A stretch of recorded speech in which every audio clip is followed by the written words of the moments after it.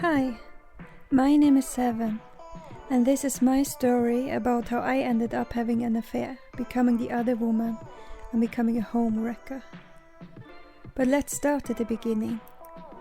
Since I was 12 years old, I was planning to leave my home country, and I knew exactly to which country I wanted to emigrate to.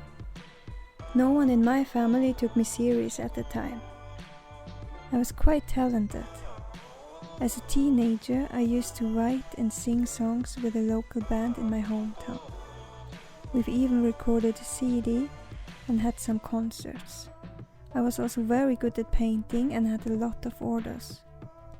But I used to be shy. There was a lot of bullying going on in my school. I tried to fly under the radar as good as possible. I tried not to talk about my accomplishments, but still I always had a target on my back.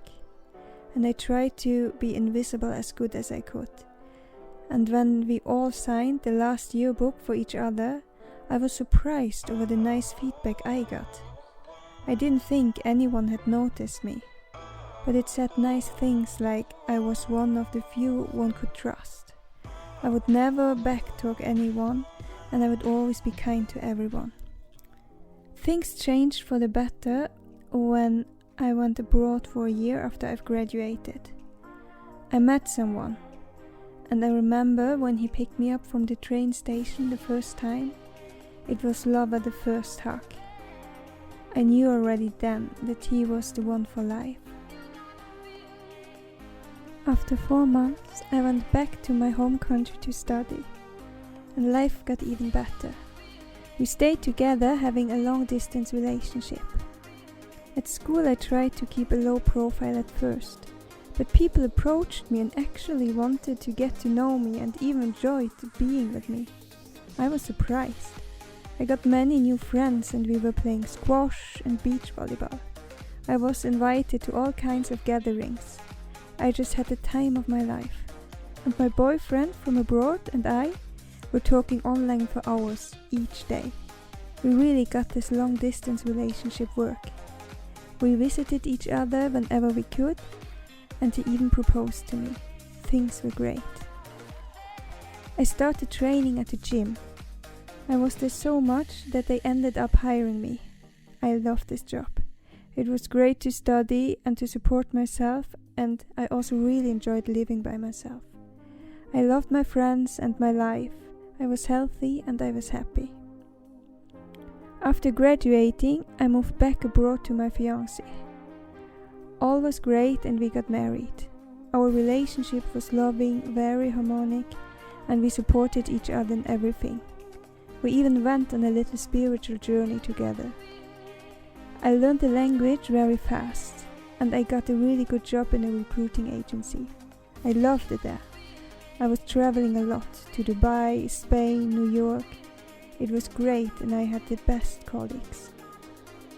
My husband and I bought a nice flat together, and I kept my active lifestyle and even started taking dance classes. And then, 3.5 years into our marriage, I got pregnant. And that was when everything changed for me. We were very excited to become parents, but I was struggling. I was sick from day one and just got worse each day. I even collapsed at work. I was struggling with my hormones and I didn't feel like myself at all. I put on a lot of weight and couldn't even look in the mirror without breaking out in tears. In addition, I was convinced that I will not survive the birth. I was freaking out. I tried to hide it, but I would have days where I was just crying hysterically. My husband didn't understand it. He was so happy and excited and didn't understand why I was struggling. He thought he did a great job comforting me, but to be honest, I felt so alone and depressed, and I felt guilty for feeling depressed. Well, let's not talk about the birth. I survived and all went fine with my baby girl. I loved her so much. I was at home with her the first year. But after 1 year, I was still struggling. I was still so anxious about everything, and I just didn't feel like myself. I told my husband that there was something wrong, but he just said that I was just as great as always. He didn't see any difference. If I had a depression, it would be much different, so I didn't do anything about it. Around that time, my husband started struggling at work. The company he worked for went bankrupt. He felt a lot of pressure and he was working a lot trying to start his own business. I was trying to be supportive and put my feelings aside, but I was lonely. I went back to work. My old boss had a new job by then, and I was stuck with a new leader. It was no good work environment anymore, and I was probably still carrying this depression with me, without even knowing. I didn't want to go to work. I was fighting my tears every morning. It was also difficult for me that I couldn't be with my daughter all day.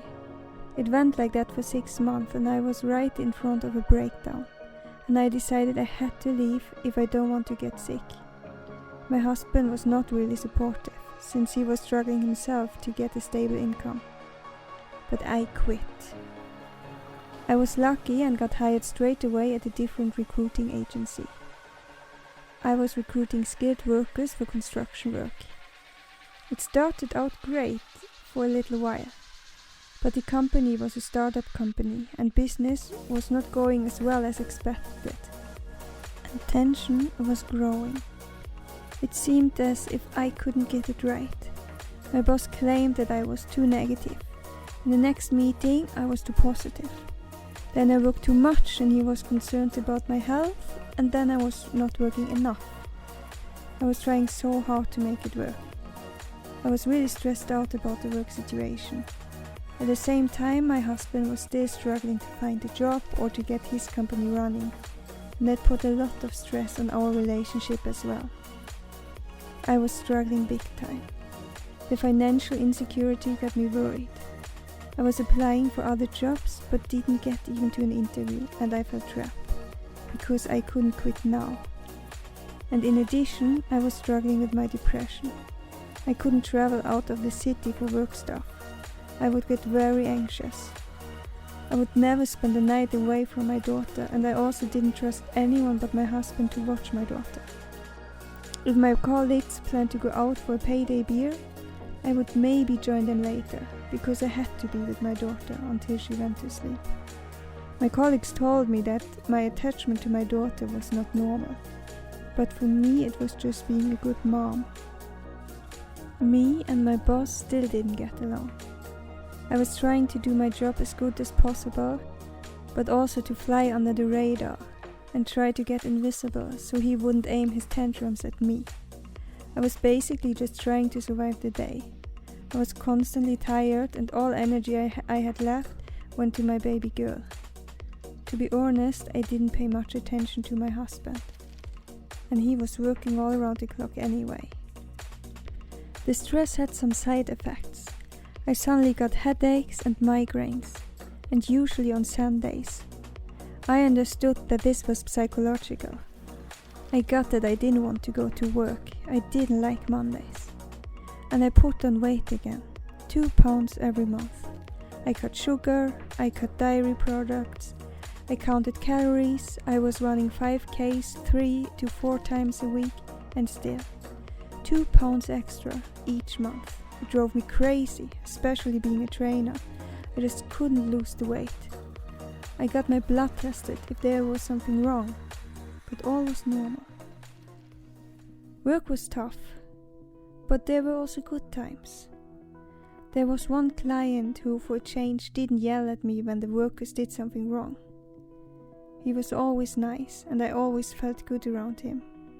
I didn't tell him about my struggles at work at that time. We talked about everyday stuff, superficial, but we were always laughing. And to be honest, I haven't been laughing for a long time.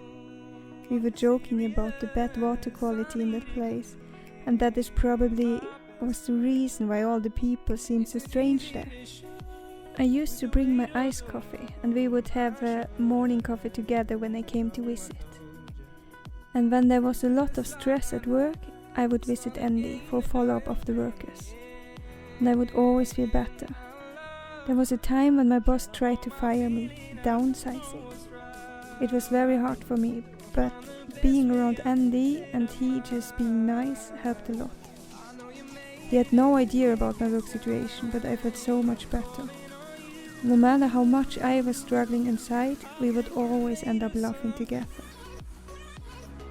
There was this one story when one of my workers was on the toilet at the end of the day on a Friday. And no one knew he was still there, and they locked the container with him inside. He didn't have his mobile on him, and everyone had left for the weekend. He broke the door open and left without informing anyone. On Monday they found the door open with all tools unlocked, and they were wondering if there was a break-in. The worker called us and yelled, "They locked me in the container!" It was so funny.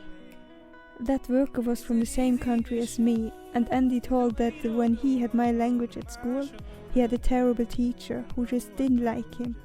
And I was joking and said, "Now I know why you hate my people, but no need to lock them in the container." We were joking about this incident a lot. But we also talked about serious things, like his dad, who had just died of Alzheimer's disease. And he shared with me how tough it was, seeing the nurses who just didn't care about his dad, and how skinny he got at the end. He was very charming. He said I was always welcome to visit at the construction place, and I noticed that when I left for my car, his eyes would follow me until I was gone. The visits got more frequent. Every time the assignments for the workers were expiring, I called him to ask if he needs them longer. And he would say he doesn't know yet, but he knows tomorrow when I come to visit him. That's how he got me to visit even more often. My colleagues were teasing me, because it was obvious that he was very fond of me.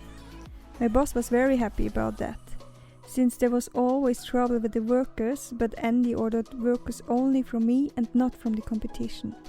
So my boss wanted me to be there once a week. And of course, the visits there were a great interruption for me from all the stress. We were talking about everything.